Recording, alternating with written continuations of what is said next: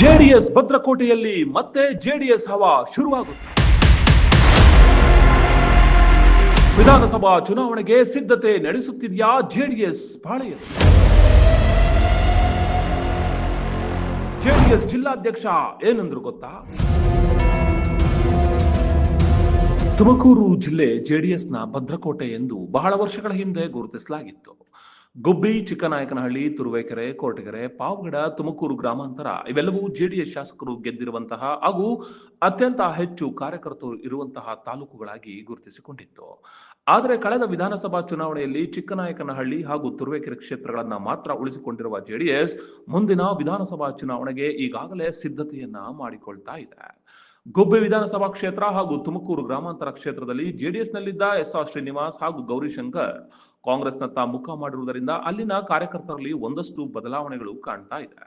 ಈ ನಡುವೆ BJP JDS ಒಂದಾಗಿರೋದ್ರಿಂದ ಮುಂದಿನ ವಿಧಾನಸಭಾ ಚುನಾವಣೆ ಹೇಗೆಲ್ಲ ಬದಲಾವಣೆಯಾಗುತ್ತೆ ಎಂಬುದನ್ನ ಕಾದು ನೋಡಬೇಕಾಗಿದೆ. ಜೆಡಿಎಸ್ನ ಜಿಲ್ಲಾಧ್ಯಕ್ಷ ಎಚ್ ನಿಂಗಪ್ಪ ಏನೆಲ್ಲ ಹೇಳಿದ್ದಾರೆ ಗೊತ್ತಾ?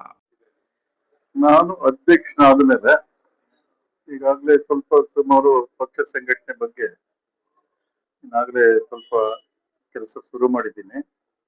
ಜೊತೆಗೆ ನಾನು ಈಗಾಗಲೇ 10 ವರ್ಷಗಳ ಕಾಲ ಜಿಲ್ಲಾ ಜನತಾದಳದ ಅಧ್ಯಕ್ಷನಾಗಿ ಕೆಲಸ ಮಾಡಿರ್ತಕ್ಕಂಥ ಅನುಭವ ಇದೆ. ಆ ಕಾರಣದಿಂದ ನನಗೇನು ಅಂತ ಕಷ್ಟ ಅಂತ ಏನು ಅನಿಸ್ತಾ ಇಲ್ಲ. ಜೊತೆಗೆ ಇವತ್ತು ನಮ್ಮ ಪಕ್ಷದಲ್ಲಿ ಈಗ ನಾವು ಜಿಲ್ಲಾ ಸಮಿತಿಗಳನ್ನ ರಚನೆ ಮಾಡಬೇಕಾಗಿದೆ, ಆಮೇಲೆ ತಾಲೂಕ್ ಸಮಿತಿಗಳನ್ನ ರಚನೆ ಮಾಡ್ತಕ್ಕಂಥದ್ದು, ಜೊತೆಗೆ ಸಮಿತಿಗಳು ಉಪ ಸಮಿತಿಗಳನ್ನ ರಚನೆ ಮಾಡಿ ಎಲ್ಲ ಹಂತದಲ್ಲಿಯೂ ಕೂಡ ನಮ್ಮ ಕಾರ್ಯಕರ್ತರು ಪಕ್ಷ ಸಂಘಟನೆಯಲ್ಲಿ ತೊಡಗಿಸಿಕೊಳ್ತಕ್ಕಂಥ ಒಂದು ಕೆಲಸವನ್ನ ಇವತ್ತು ಪ್ರಾರಂಭ ಮಾಡಿದ್ದೀವಿ. ಈಗಾಗಲೇ ನಾವು ಕಾರ್ಯಪ್ರವೃತ್ತರಾಗಿದ್ದೀವಿ, ಕೆಲಸ ಶುರು ಮಾಡ್ತಾ ಇದ್ದೀವಿ. ನಿಖಿಲ್ ಕುಮಾರಸ್ವಾಮಿ ಅವರು ರಾಜ್ಯ ಯುವ ಜನತಾದಳದ ಅಧ್ಯಕ್ಷರಾಗಿ ಈಗ ಬಹಳಷ್ಟು ಶ್ರಮ ವಹಿಸಿ ಕೆಲಸ ಮಾಡ್ತಾ ಇದ್ದಾರೆ. ಈಗ ಎಲ್ಲಾ ತಾಲೂಕುಗಳಲ್ಲೂ ಕೂಡ ಅವರು ಬಂದು ಈ ಜನರೊಂದಿಗೆ ಜನತಾದಳ ಹಾಗೂ ಸದಸ್ಯತ್ವ ನೋಂದಣಿ ಕಾರ್ಯಕ್ರಮವನ್ನ ಹಮ್ಮಿಕೊಂಡು ಇವತ್ತು ಜನಗಳಿಗೆ ಜೊತೆನಲ್ಲಿ ಬೆರೆತು ಈಗ ಇವತ್ತು ಬಹಳ ಚಟುವಟಿಕೆಯಿಂದ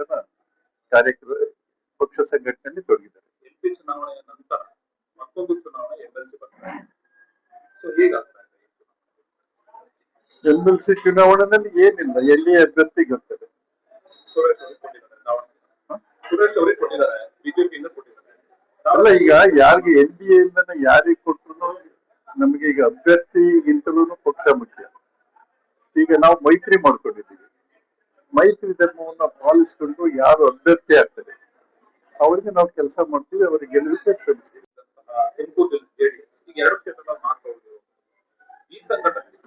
ಇಲ್ಲ, ಈ ಸರಿ ಜೆಡಿಎಸ್ ಅಷ್ಟೊಂದು ದುರ್ಬಲವಾಗಿಲ್ಲ.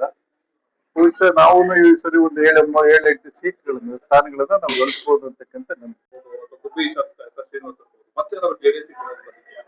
ಇಲ್ಲ, ಅಂತ ಪ್ರಸಂಗ ಏನು ಉದ್ಭವ ಆಗಿಲ್ಲ ಇಲ್ಲಿನವರೆಗೂ. ಬಹುಶಃ ಅವ್ರು ಯಾರು ಕೂಡ ಈಗಾಗಲೇ ಒಳ್ಳೆ ಸುಸ್ಥಿತಿನಲ್ಲಿದ್ದಾರೆ. ಅವರು ಕಾಂಗ್ರೆಸ್ನಲ್ಲಿ ಅಧಿಕಾರದಲ್ಲಿದ್ದಾರೆ. ಅವ್ರು ಬಿಟ್ಟು ಬರ್ತಕ್ಕಂಥ, ಯಾಕೆಂದ್ರೆ ಅಧಿಕಾರ ಮುಖ್ಯ ಅಂತಕ್ಕಂಥದ್ದನ್ನ ಕೆಲವರು ಯೋಚನೆ ಮಾಡ್ತಾರೆ. ಆ ಕಾರಣದಿಂದ ಅವ್ರು ಬಿಟ್ಟು ನಮ್ಮ ಪಕ್ಷಕ್ಕೆ ಬರ್ತಕ್ಕಂಥ ಸಂದರ್ಭ ಒದಗಿ ಬರೋದೇ ಇಲ್ಲ ಅಂತ ನಾನು ಅನ್ಕೊಂಡಿದ್ದೀನಿ. ತುಮಕೂರು ಗ್ರಾಮಾಂತರದಲ್ಲಿ ಜೆಡಿಎಸ್ ಅಭ್ಯರ್ಥಿ ಯಾರು ಇಲ್ಲ. ನಾವು ಜೆಡಿಎಸ್ ಬಿಜೆಪಿ ಅಂತ ಇಲ್ಲ, NDA ಅಭ್ಯರ್ಥಿ. ಅಲ್ಲ, ನೀವು ಮೇಲ್ಮಟ್ಟದಲ್ಲಿ NDA ಮಾಡ್ಕೊಂಡಿದ್ರೆ, ಆದ್ರೆ ಒಳಗೊಳಗೆ ಇದುವರೆಗೂ ತುರುವೇಕೆರೆ ಕ್ಷೇತ್ರಕ್ಕೆ ನಾವು ಹೋದ್ರೆ ತುರುವೇಕೆರೆ ಕ್ಷೇತ್ರದಲ್ಲಿ ಮಸಾಲಾ ಜಯರಾಮ್ ಅವರು ಮತ್ತೆ ಕೃಷ್ಣಪ್ಪ ಅವರು ಟಾಪ್ ನಡೀತಾನೆ ಇದೆ. ಈಗ ಎಲ್ರಿಗೂ ಆಸೆ ಇರ್ತಕ್ಕಂಥದ್ದು ಸಹಜ.